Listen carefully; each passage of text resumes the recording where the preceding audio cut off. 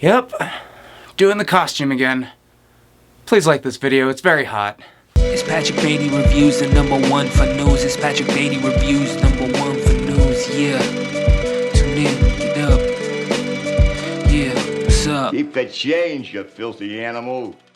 What is up, my gaggle of geeks? Time to talk about Spider-Man Far From Home, which is the sequel that takes place sometime after Avengers Endgame, so make sure you've seen that first, but at this point, who hasn't? Peter Parker is going on a summer study abroad trip around Europe and is needing some serious rest and recovery following the events of Endgame. He just wants to go out, have a vacation with his friends, maybe have a shot at romance with MJ, but the work for an Avenger really never ends, as his vacation is cut short by Nick Fury, along with a new character, Mysterio, played by Jake Gyllenhaal, who needs Spider-Man's help in fighting a slew of new villains called the Elementals. That is all I want to say when it comes to this movie's plot, but what I can say is it is the most fun and exciting live-action Spider-Man film to date. First, let's get the obvious out of the way. Tom Holland is perfect as Peter Parker. His acting, his physical performance as Spider-Man is perfect, and he truly embodies the character we know and love from the comic books. This is Tom Holland's 5th performance as Spider-Man, and you can see that he's in his element as the character. He really knows and understands Peter Parker and Spider-Man. Holland has terrific chemistry with his friend Ned, who gets a lot of side story on this, and also with Jake Gyllenhaal and Samuel L. Jackson's characters. I think Jake Gyllenhaal gave a great performance. I really loved his character Mysterio, and I think he had a lot to do with this role. Far From Home kind of feels like when a TV show goes on a vacation, like a sitcom will go to a different area where you're getting a completely new and fun experience that you don't get when the show sticks to its main location. I love the road trip quality, the feel of it just being a fun summer vacation, and a fun break from the somewhat serious tone that Marvel has been having with Infinity War and Endgame. The special effects are also amazing, particularly in the third act. A lot of third act superhero films only result in punching and fighting, but with Far From Home, in contrast, they utilize Spider-Man and his villain in a perfect way and really energize the entire ending. The side characters in the films are really funny with great additions, which I can't spoil but really bring in the humor for the film. Where I may get some flack in this video,